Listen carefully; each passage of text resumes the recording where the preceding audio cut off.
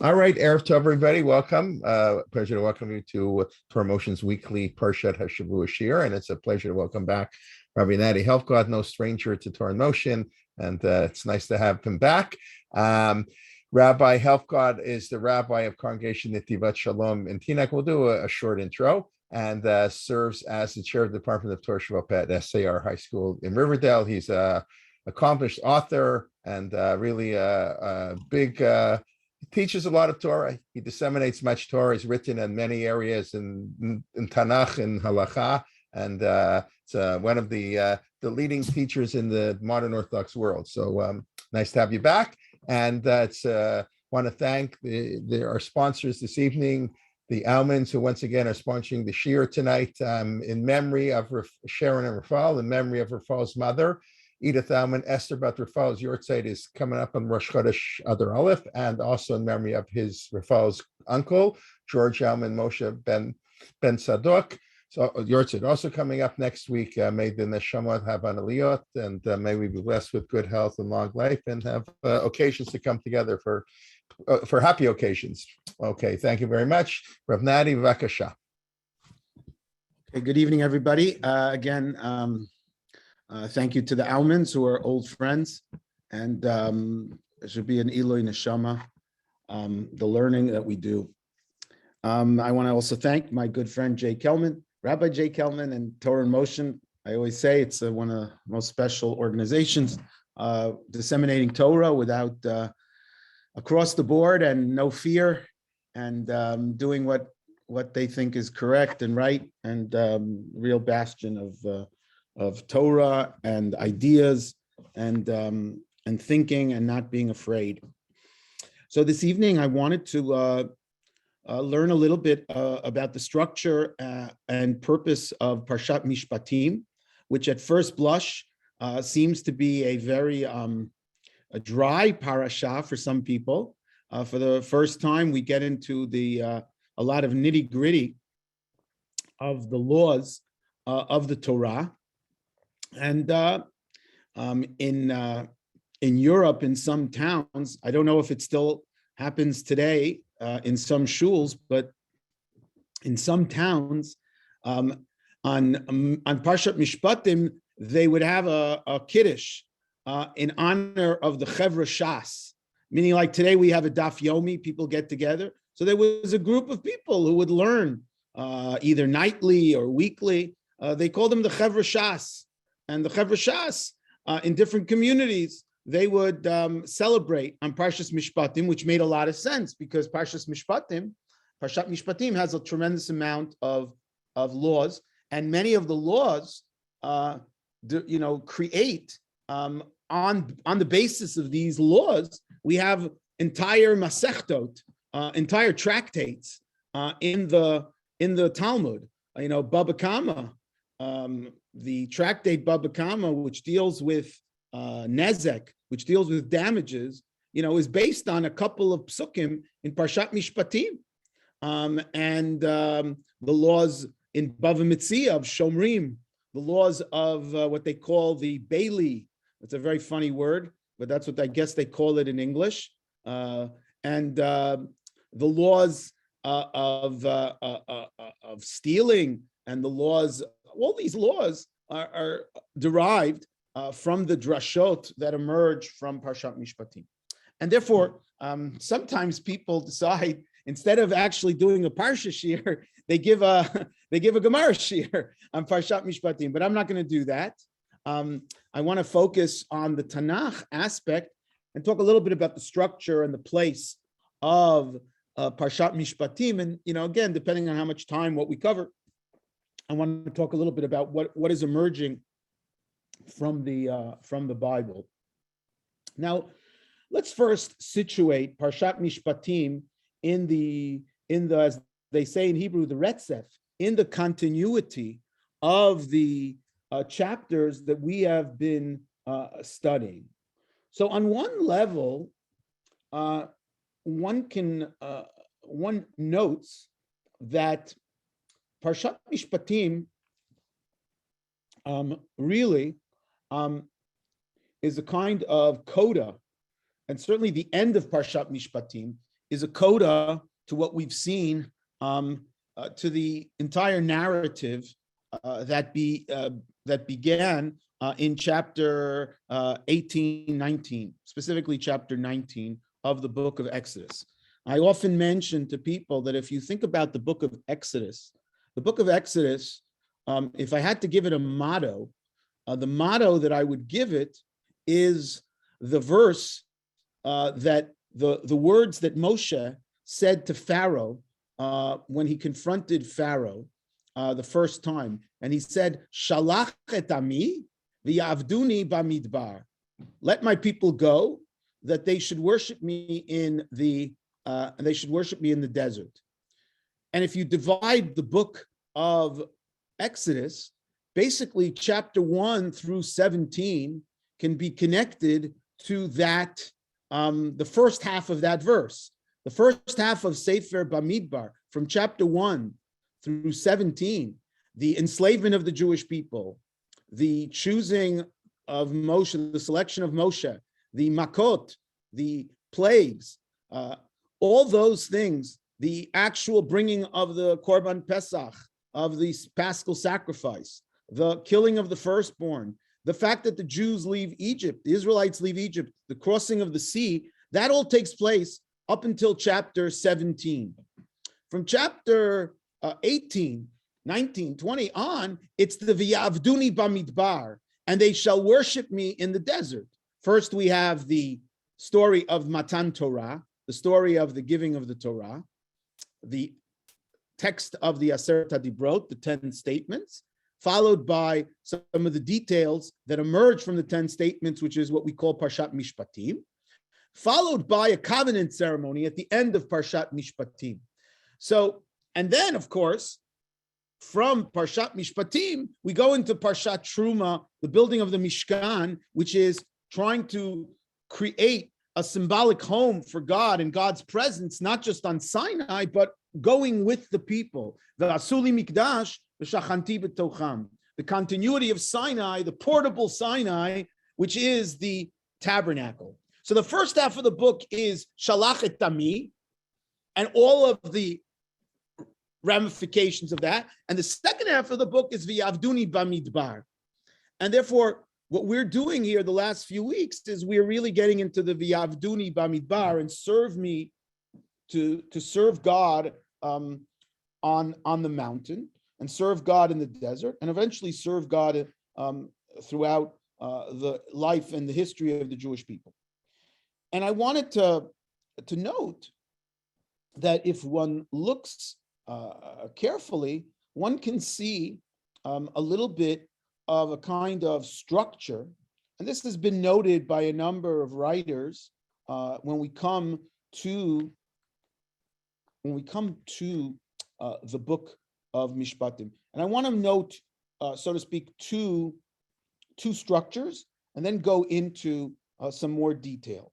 Number one, and here I'm going to, again, I recommend that everyone has a Tanakh in front of them, has a Bible in front of them. I'm also going to share my screen and put my screen, which has hopefully the text. Oh, no, the wrong thing. Stop share. So let me try to get that again. My Exodus, and now we can share my screen. And that will also. So, and again, I'm just using the Machon Mamre, which is kind of open access, which uses the 1917 translation. So this is the beginning of Parshat Mishpatim. Ve'ela Mishpatim asher tasim lifneihem. The end of Parshat Mishpatim. Parshat Mishpatim is chapter 21, 22, 23, 24. If you look at the end of Parshat Mishpatim, we'll notice a covenant ceremony.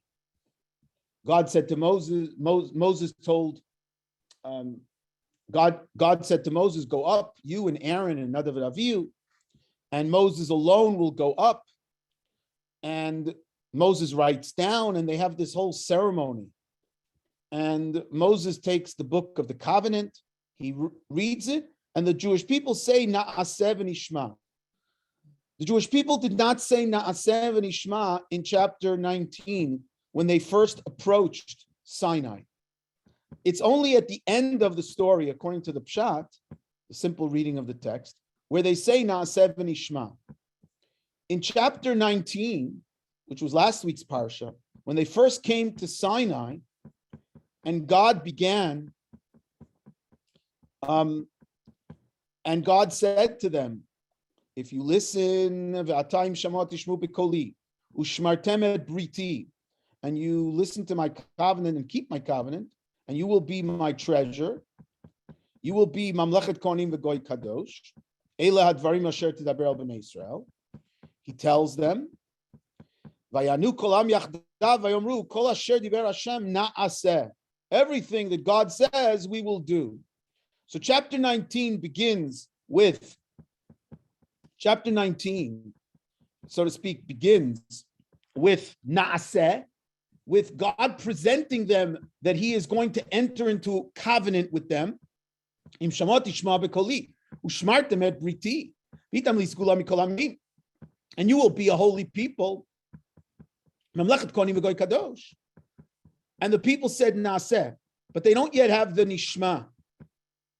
But in chapter 24, when we close the circle, when the last presentation, when Moses writes down the covenant, what he calls Sefer HaBrit, which we'll talk about what it is a little bit later, then the people say Na'aseh v'nishma. They close the circle, and they close that circle, and God appears once again on the mountain, just like he appeared before. So there was Na'aseh, and then there was Matan Torah, the giving of the Torah. And here there's Na'aseh v'nishma, and God comes down, and on the seventh day, he once again appears. So there's a kind of beginning and end. So there's a beginning of chapter 19 to 24, Brit, covenant that is going to be introduced, text of the covenant, chapter 20, 21, 22, 23, covenant ceremony, which closes the circle. So we start in 19 and we end in 24. So on one level, you have this kind of closing of the circle. It begins with Bnei Israel, the Jewish people, saying, Na'aseh, we will do. And it closes with a repetition, but this time it's added, Na'aseh v'nishma, which I know that we are very brought up. We are brought up with the rabbinic translation or interpretation of Na'aseh v'nishma to mean we will do, even if we don't understand, v'nishma, and we will try to understand, right? That's the way we're brought up, that the Jewish people, right? So first of all, it's important to notice they don't say that at the beginning. They don't say it in chapter 19 when God introduces that he's going to give them a covenant. They only say it after they've already heard the basics of the covenant and Parashat Mishpatim, which is a kind of expansion of the covenant. So that's number one. Number two, the truth is that if you look at the Parshanim, if you look at the commentaries, the phrase Na'aseh v'nishma doesn't really mean what that midrashic, beautiful midrashic tradition means in terms of pshat. In terms of pshat, the phrase Na'aseh v'nishma, as the Ibn Ezra and others point out, Na'aseh means we will do what you have commanded us already, v'nishma, and we are willing to listen to and hear and keep whatever you will continue to tell us in the future. That's the simple pshat of Na'aseh v'nishma. We will do what you have already commanded us. V'nishma, we will continue to hear. And the word hear here, so to speak, H-E-A-R and H-E-R-E. I think it's spelled the same in Canadian English, those two words. So, yeah. So those words, v'nishma, is for the future, for the continuity of the Torah. And it's very similar to, if you look back in chapter 19, when God first introduced the covenant, God said, he said, etc.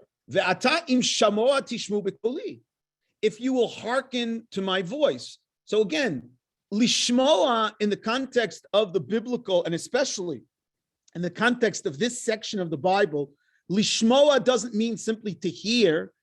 It means to be willing to listen and follow. Shamoa tishmu b'koli. If you listen in my voice, if you hearken to my voice, a good translation. If you continue, ushmartem et briti, then vitem li skula mikol amim kili kol haaretz. So this is the first point in terms of that the entirety of Parshat Mishpatim is part of this web, which starts with chapter 19, continues with chapter 20, which is the Aseret HaDibrot, the 10 statements, continues into the details of Parshat Mishpatim, and continues into chapter 22, 23, with a lot of mitzvot, which we'll talk about in a few minutes, and then it closes with a covenant ceremony. So that's the first point I want to make. The second point I want to make is that there is also another structure, which is an internal structure that has been noted by a number of contemporary writers, including one of my great teachers, Rav Yoel bin Nun. So let me see if I can pull up the structure. First of all, let me show it to you without just in the text, and then let's go a step further. You'll notice that I mentioned that up until chapter 17 is the story of Shalach et Ami, let my people go. From chapter 19 to chapter 40 is all about V'yavduni, and the people should serve me in the desert. We have Matan Torah, the covenant ceremony. We have the covenant introduction of the notion that Jewish people are entering into a covenant with God, the content of the covenant, or at least the basic content of the covenant ceremony, followed by the building, the commandment to build the Mishkan, the story of the sin of the golden calf, which almost derailed the covenant, and the Rapro Shema, the reconciliation between God and the Jewish people, and the actual building of the Mishkan, which closes, of course, with God's presence in the Mishkan, just like he was on the mountain. Just as God was on the mountain, the Bible ends, Vayichas Hanan et Oel Moed, Uchvod Hashem aleh et HaMishkan, V'lo yachol Moshe lev Oel Moed, Ki shachan alav Hanan, Uchvod Hashem aleh et HaMishkan, the glory of God filled it, etc., etc. And that's how the book ends, with the glory of God on the Mishkan. So that's the book. What's interesting is, if you notice, I kind of left out chapter 18, because chapter 18 is very anomalous. Chapter 18 in last week's Parsha, which begins the story, right? It could have begun with chapter 19. Could have begun. Because the Bible says, verse 2, Vayisu merifidim, vayavo midbar Sinai. They left Refidim, they came to Midbar Sinai. Chapter 17, when the Jewish people fought Amalek and had the problem with the water, and they were in Refidim. Vayachanu beRefidim, ve'in mayim lishtot ta'am, which is then followed by the story of Amalek. So the Bible there would have been absolutely no reason that we wouldn't have skipped to chapter 19. Vayisu merifidim, vayavo midbar Sinai, vayichan sham Yisrael neged ahar, ki ish echad, b'lev echad, all those midrashim that we love and we know. But the Bible throws in chapter 18, which is one of the reasons why there's so much discussion about whether the Yitro story is actually in order or not. Because on some level, it kind of sticks out like a sore thumb. It doesn't talk about exactly the place they are, etc., etc. But what's interesting is that Yitro comes, and Yitro introduces the notion of Shoftim. The notion of Shoftim. After Moses tells Yitro, and that's one of the key words here. Moses tells Yitro that, I work from morning to night. Vayeshem Moshe lishpot et ha'am. Vayarcho te Moshe kol asher oseh la'am. What are you doing? So he says, because the people come to me and they want my advice. V'shafatati ben ish u'ben re'eu. I'm the judge, and I teach them the laws. And Yitro, of course, tells him, that's a disaster. Instead, set up a whole elaborate system. So he sets up the infrastructure and he listens to Yitro.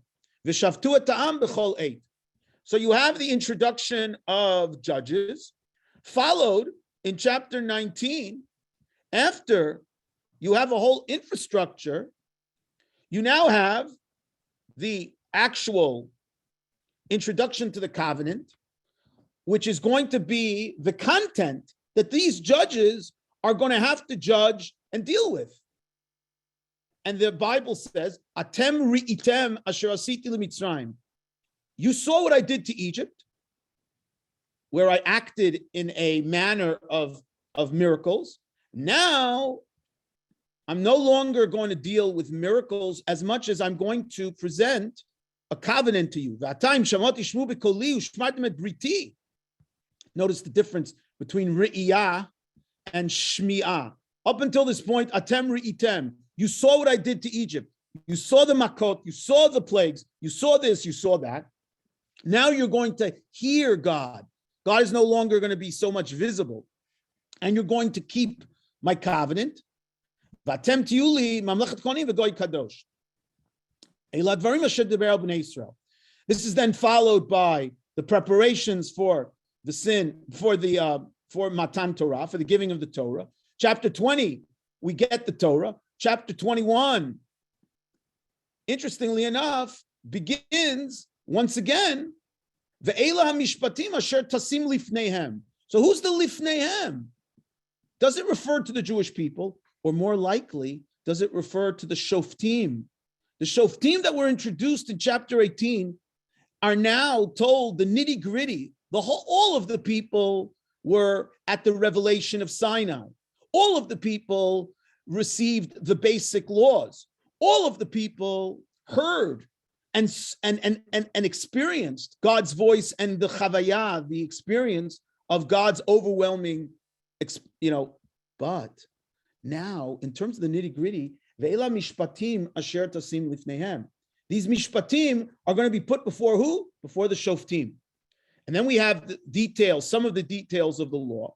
And it's interesting that right before this, if you look at the end of the book of, if you look at the end of Yitro, it's very similar to the way the book of the Parshat Yitro began. Parshat Yitro began with the phrase, Atem ri'item. Not Parshat Yitro, but chapter 19, the actual presentation of the covenant. And this also begins with the same phrase. If you look in this is chapter 20, right after the presentation of the Aseret HaDibrot, right after Lo Tachmod, etc. The people, and they're very frightened.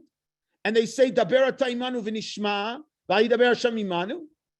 Don't be afraid. But then God says, Ko tomorrow b'nei Yisrael, Atem ri'item ki min hashamayim dibarti imachem. You saw that I spoke to you from the heavens. It's a kind of parallel between the beginning of Parshat Yitro and the end of Parshat Yitro. It begins with Atem ri'item, and it ends with Atem ri'item. So this is kind of internal structure. From chapter 18 through chapter 20 and 21. And then we saw the outside structure that I started with. And let me again just show it to you in terms of a sheet that let me present the sheet in front of you. Let me see if I can do that. In terms of presenting it, 1 second, let me just find it. Sorry. Excuse me.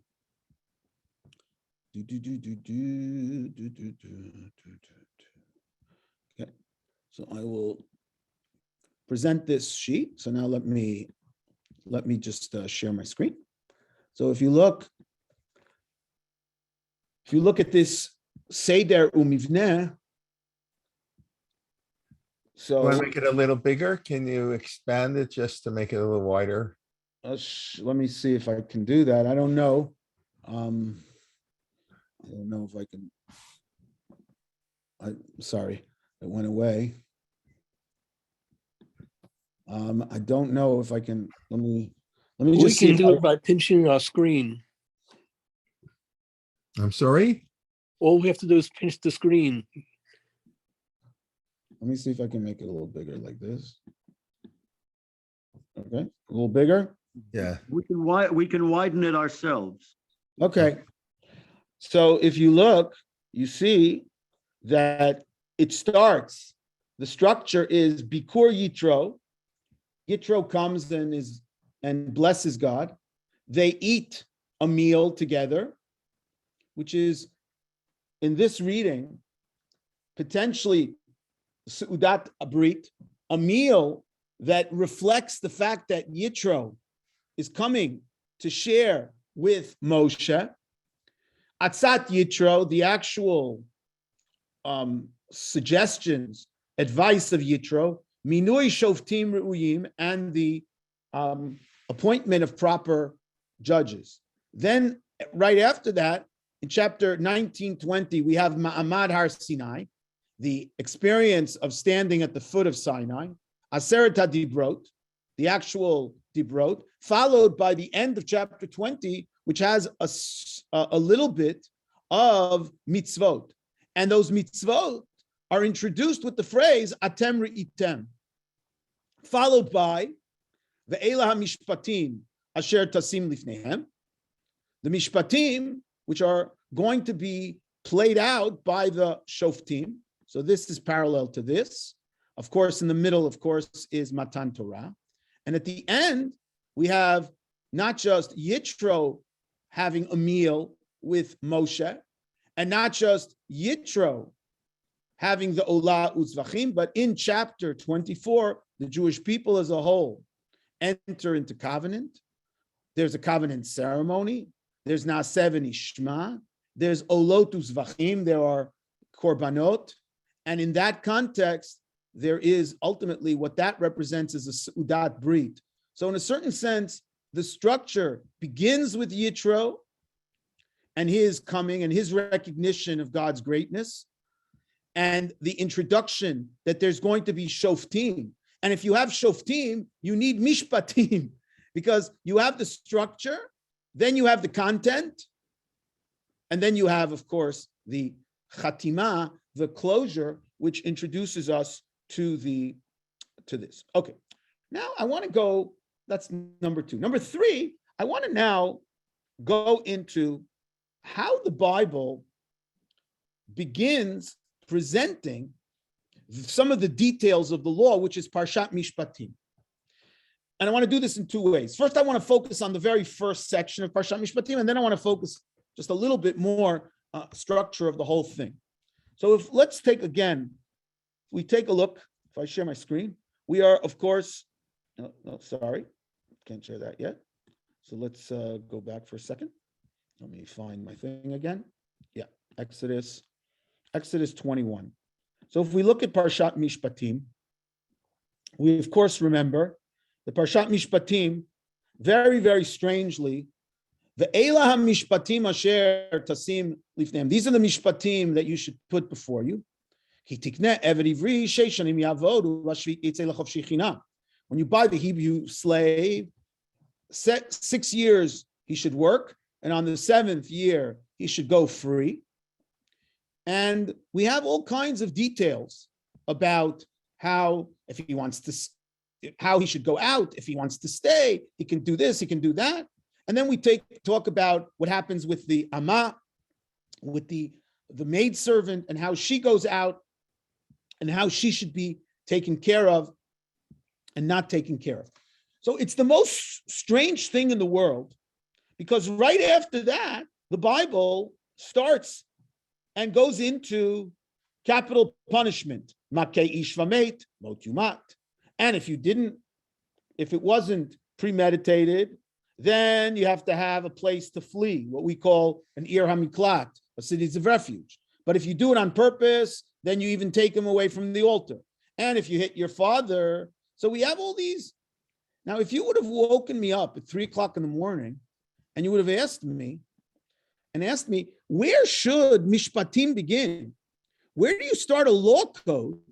I would have started the law code not from this crazy, side discussion about Eved Ivri, about the Hebrew slave, and about, I would have started the details of the law after the Aseret HaDibrot in chapter 20.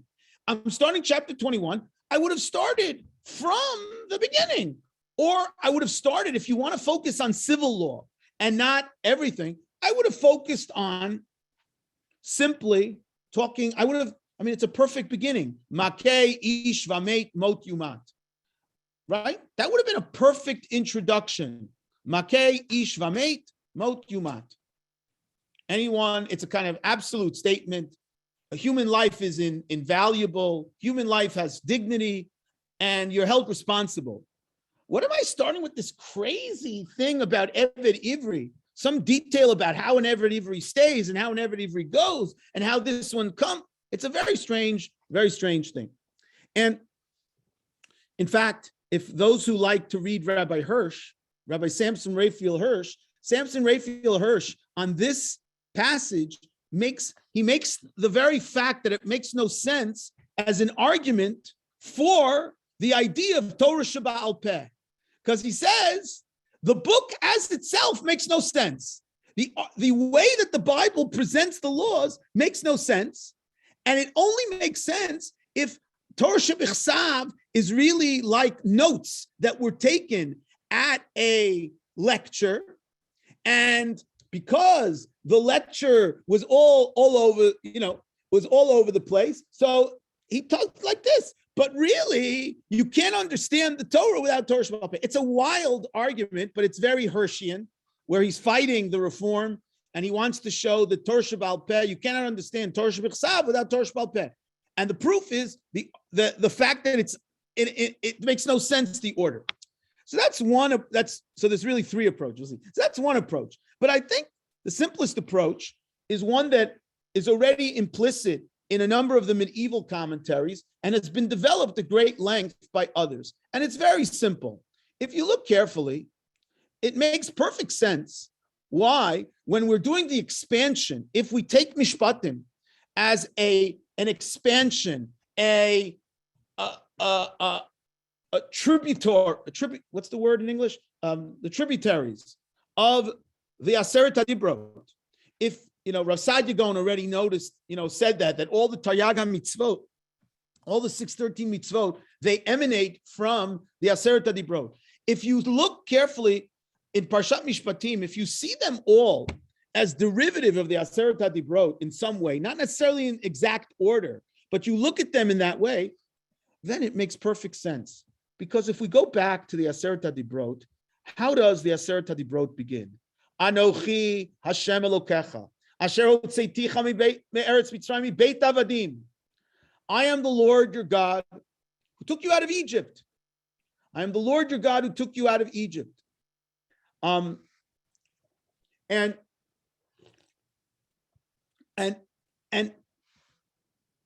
we start the details of the legal code of Am Yisrael with the laws of Eved Ivri.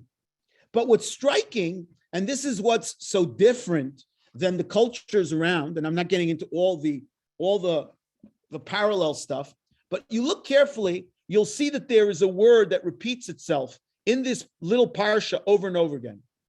Ki tiknei Eved Ivri sheish shnei ma'avot ubashvit yetzei lachofshi chinam. Im bekapo yabo bekapo yetzei. Im baal ishahu v'yatzah ishto imo. Im Adonai v'itein lo isha v'yalda lo banim vanot ha'isha v'yaladat yelena v'hu yetzei bekapo.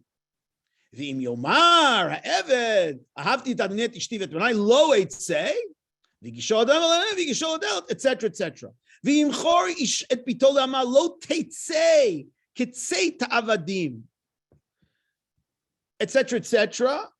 Lo yimshol im acheret yikach lo, etc. V'im shloshe lo yoseh la v'yatzah chinam ein kasef. So if you look carefully, this parsha, instead of really being on a pshat level about the laws of Eved Ivri, it's really fundamentally about the laws of how the Eved Ivri leaves, how he's yotzei. Anochi Hashem Elokecha, Asher hotzeiticha me'eretz Mitzrayim. I am the Lord your God who took you out of Egypt. This was a radical, earth-shaking move in history. The idea that slaves are not in perpetuity, the property of the masters, that the world does not operate that way, but there is, every human being is free, and avadai heim v'lo avadim la'avadim, that they're ultimately servants of God, and they're not servants to anybody else. So, Anochi Hashem Elokecha asher hotzeiticha me'eretz Mitzrayim, I'm the Lord your God who took you out of Egypt. And so the first mitzvot, even though they may not have necessarily been the most logical, conceptually they're so powerful. They are derivative. The idea that, which was so radical in its time, that again, the Torah works in incrementalism, as Maimonides taught us. The Torah doesn't wave a hand and say, okay, we're going to get rid of slavery. It's impossible in that world. It's like, say today, get rid of electricity, or get rid of, you just can't do that. The Bible slowly wants to wean the world away from slavery, as so many have noted. And this is the beginning of the process. And it's interesting, all the laws here, the key word here, I don't know how many times it said it, was it 6 or 7? I don't remember. The key word was latzeit. The emphasis is on the ways that the Eved leaves, which is the essence of the first Dibra. That I took you out of Egypt, that I acted in history and made a statement that human beings should not be subservient to other human beings, and that might doesn't make right, and all these things. So Anochi Hashem Elokecha asher hotzeiticha is played out in the details of the laws of Eved Ivri and the laws of the Ama Ivriya. Now, of course, if the Eved wants to stay, okay, what are you going to do? The Bible has not eradicated that.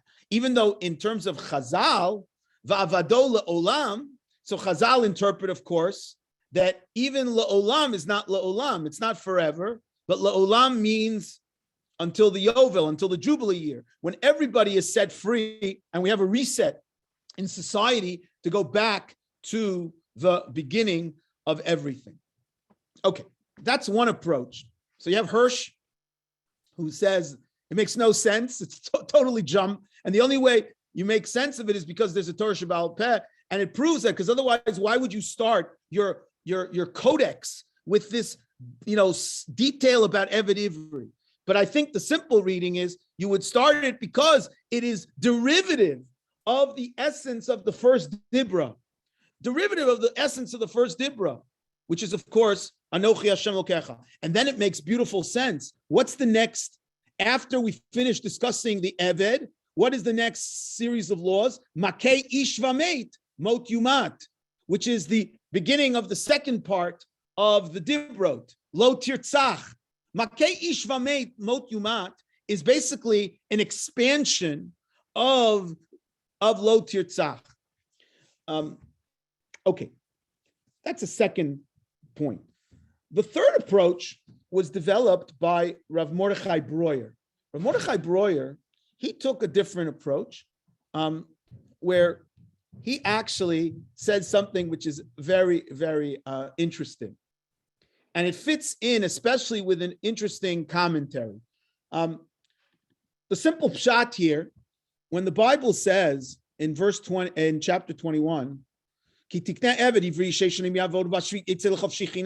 when you buy the Eved Ivri, 6 years he works, and on the 7th he goes free. The simple reading, which is the way that Chazal and most of the Parshanim took it, was doesn't matter, right? If I buy the Eved in 2022, so then in 2029 he goes out. That's the simple reading. What's interesting is that the Bechor Shor, Yosef Bechor Shor, one of the medieval commentaries from France, a Talmud of Rabbeinu Tam, he was a student of Rabbeinu Tam, the great Rav Yaakov Tam, he says the Shvi'it here should be translated as the sabbatical year. It's a very radical reading. It's not the 7th year, but the sabbatical year. It's a very, very new reading that is not accepted, certainly in the halachic tradition. Now, Rav Breuer, again, it's not necessarily tied to that, but it certainly works in better with that reading. If you look at the end of chapter 20, after the Aseret HaDibrot, Anochi Hashem Elokecha asher hotzeiticha me'eretz Mitzrayim, lo ta'aseh lo yelecha Elohim achrim al panai, lo ta'aseh lecha pesach v'chol tmunah, right? This is the first two Dibrot. Dibra number 1, I am the Lord your God. Dibra number 2, don't make graven images and don't bow to them. Dibra number 3, lo tisa et shem Hashem Elokecha, don't take God's name in vain. Dibra number 4, Shabbat. Dibra number 5, kaved et avicha v'et imecha. And then we have what we basically call the Ben Adam lechavero, lo tirtzach, lo tinaf, lo tignov, lo taneh berechad shaker, lo tachmod berecha. Okay, so this is the foundational principles of Judaism, what we call the 10 Aseret HaDibrot, the 10 statements, mislabeled as 10 commandments, because there's actually 12 or 13 commandments, but that's the way it is. What's interesting is what happens right after that. The Bible says, the people were afraid. And Moshe says, don't be afraid. And at this point, God is just testing you, but the people, this would have been the perfect place to begin Parshat Mishpatim. Moses alone went into the thickness to talk to God, and God said, Ve'ela Mishpatim. But before Parshat Mishpatim begins, there's this little appendix at the end of Parshat Yitro. Vayomer Hashem el Moshe, Komar Tomar Atem ritem ki min hashamayim dibarti machem. Lo tasuni tin Elohei chesed v'Elohei zahav lo tasu lachem. Mizbeach adama taseh li v'zavachta la v'tolotecha v'shlomecha. V'chol makom asher mazkir et shmi avo elecha v'berachticha. V'mizbach ha'avanim taseh li lo tivneh etem gazit ki char b'chayin hafta lev atchaleh v'lo taleh b'malot al mizbechi. So this is very striking.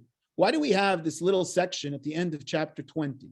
So Rav Breuer basically said that the Bible here, once God was not going to directly communicate with the people anymore, so God basically talks to Moshe and begins telling him how you should now present the rest of the Torah. And what he does is he starts from a kind of expansion, repetition, massaging of the Dibrot, the first Dibrot, which are the foundational Dibrot. Because look at the Dibrot. What does it say in the beginning of the Dibrot? I am the Lord your God. How does it begin, Moses, right after the Aseret HaDibrot? I am speaking to you. Which of course is basically a rehash of lo ta'aselecha pesach v'chol tuna asher b'shamayim. Except that here it has more details. It has details of, gives examples. Elohei chesed v'Elohei zahav, probably because that's what they took out of Egypt. If you remember, they took out of Egypt gold and silver. And so it's very concrete. And then it talks about mizbeach adama. This is what you're not supposed to do. This is the way that you're not supposed to worship God. Instead, this is the proper way to worship God. You should make an altar of earth. And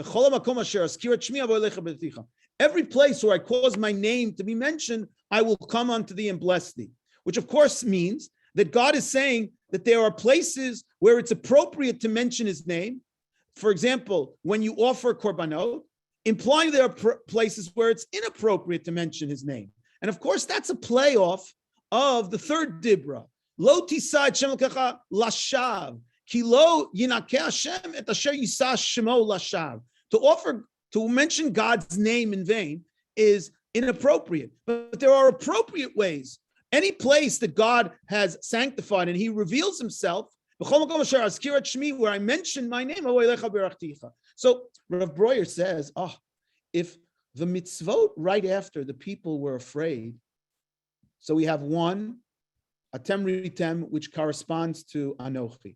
You have lo tasuni ti Elohei chesed v'Elohei zahav, which corresponds to lo yelecha Elohim achirim al panai, lo ta'aseh lecha pesach v'chol tmuna. You have this discussion about the proper way to serve God.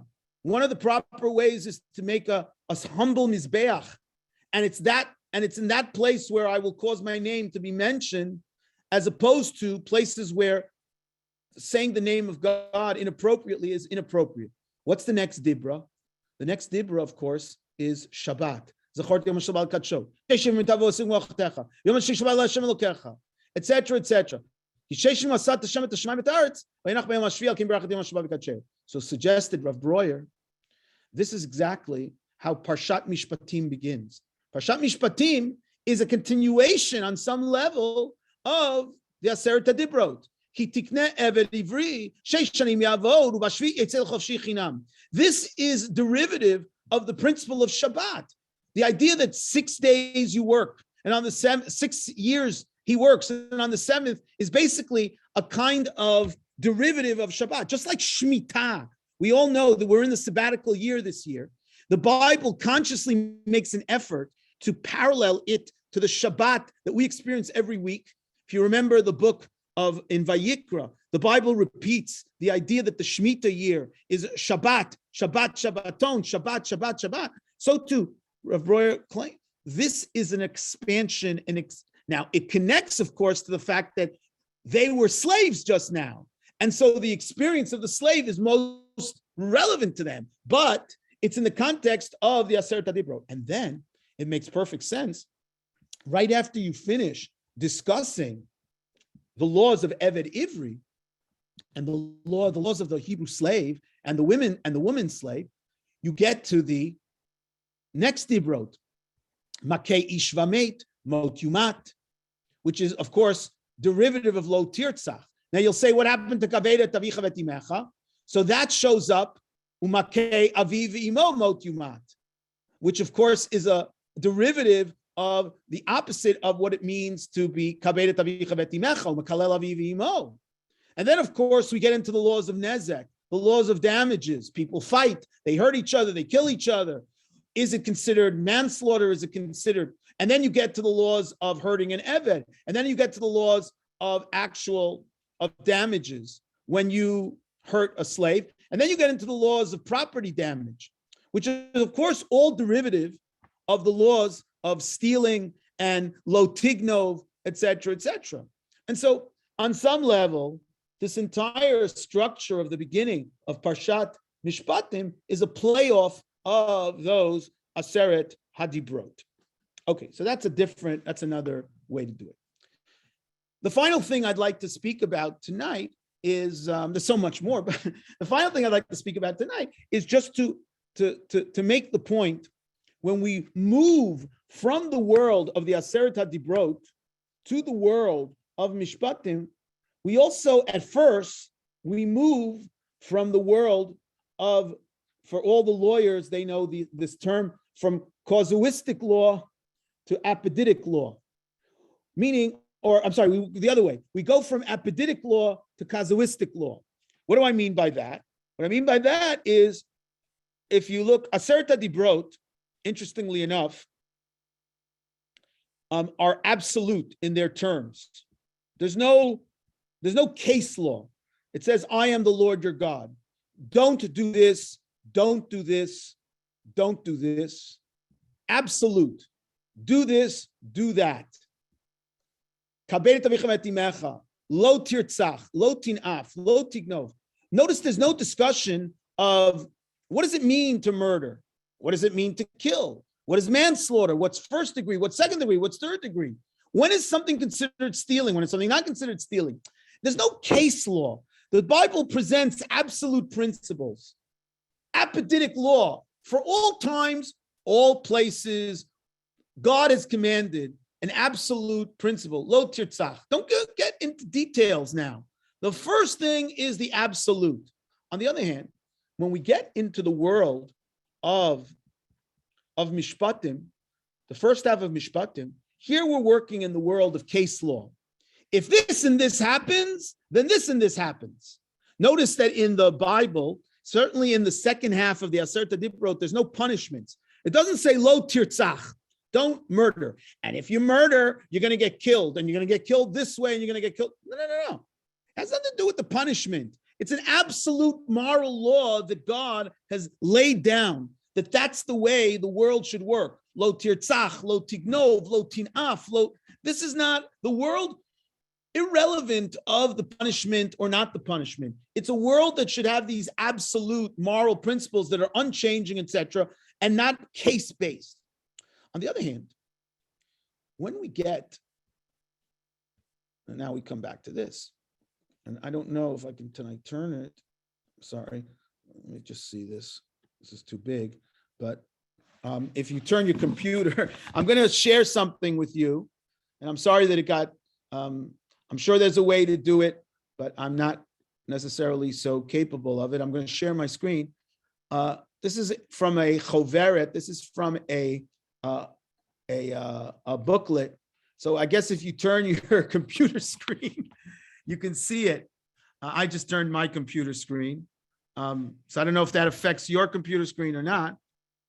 But you'll notice that everything is presented with the v'chi.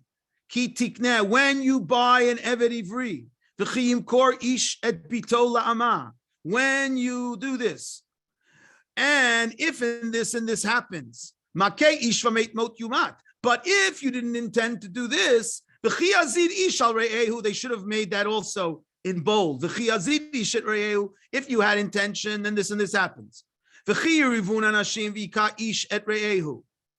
V'chi kach ish et avdo, etc., etc. V'chi kach shor ish et isha v'meit. V'chi yifta. All the cases are presented in the context of causalistic law, or in the words in Hebrew, we call this ha-mishpat hamutneh, the conditional law, because it's all case law based on that. So we've moved from the absolute to the details. And one of the ways we do that is by going to case law. Finally, in this context, I just want to point out, again, part of the structure of Parashat Mishpatim. Now, chapter 20, by the end of a certain section, the Bible, will go and do a mishmash of things, but that's, I need a whole nother shear to explain that. But the final thing I want to talk about, let me just get my chumash. Sorry. Do this. Where's this? Yeah. So finally, if we look at, you'll notice the structure. Once the Bible moves away from the Eved Ivri and we start to get into we go from what might be called min hakaved el hakal, from the most serious in terms of structure to the least serious. So it starts with the capital punishment cases. When you kill someone, makei ish v'meit mot yumat. With the detail, if you didn't intend, it was an accident, there has to be. But if you intended, you get killed. Makei aviv v'meit mot yumat. Even if he didn't die. Here it's makei ish v'meit. You kill someone, you die. If you harm your parents, you smite your parents, even if they didn't die, you get killed. V'gonev ishu m'charov nimtza b'yado mot yumat. U'mikalel aviv imo mot yumat. Now you'll ask me, why don't we put the mikalel together with the makeh? Why don't you have all the parents, the laws of the parents? Probably the Bible is moving from action, makeh, gonev. So these are all physical actions, to speech. Umikalel aviv imo mot yumat. But these, of course, are all situations which are absolute and clear, and we move in this context. We now move to the second stage, which is 1 degree lower. The chiyurivun anashim, people were fighting, and they hit each other. V'lo yamut v'nafal mishkav im yakum v'talech b'chutz al mishanto v'nikam makeh rak shifto yitain v'rapo yirapeh. So if he walks around and he dies 2 weeks later, that's not your response. It's not direct cause. So you have to pay. You have to pay the doctor bills. You have to pay the fact that he misses his job. But this is already 1 step lower.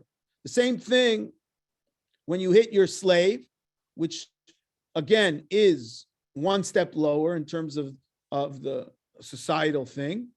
Then you get to the case when you're fighting and you hit an embryo. If she doesn't die, you get punished. You have to pay the worth of the fetus. But if it does come, then you do fine. we talk about damages, ayin tachat ayin, shein tachat shein, whatever that means. But there is damages. Then we talk about the damages to a slave, and he goes out free. Then we talk about if your property kills another person, sakol yisakel hashor, lo yachel, you kill the shore. And if the shore was responsible and it was a shore that was habitual, then you were responsible, you were negligent, you have responsibility, and you should have been put to death also, but there's a ransom that you can achieve that you don't have to get killed. We then move to if a person causes damage through his property. And then if a shore hits another shore, etc., etc. And then we talk about stealing, etc. So the Bible is working in the principle of min hakaved el hakal, from the most serious situations to the least. And again, the more you look carefully at the structure of the laws here, you'll see that it's organized in a certain way. There's associative principles that are connecting one thing to another. And there, of course, there's ideas here. There's a lot more to say, but with this, we'll close. I want to wish everybody a Shabbat Shalom. Again, should be Le'ilui Nishmato.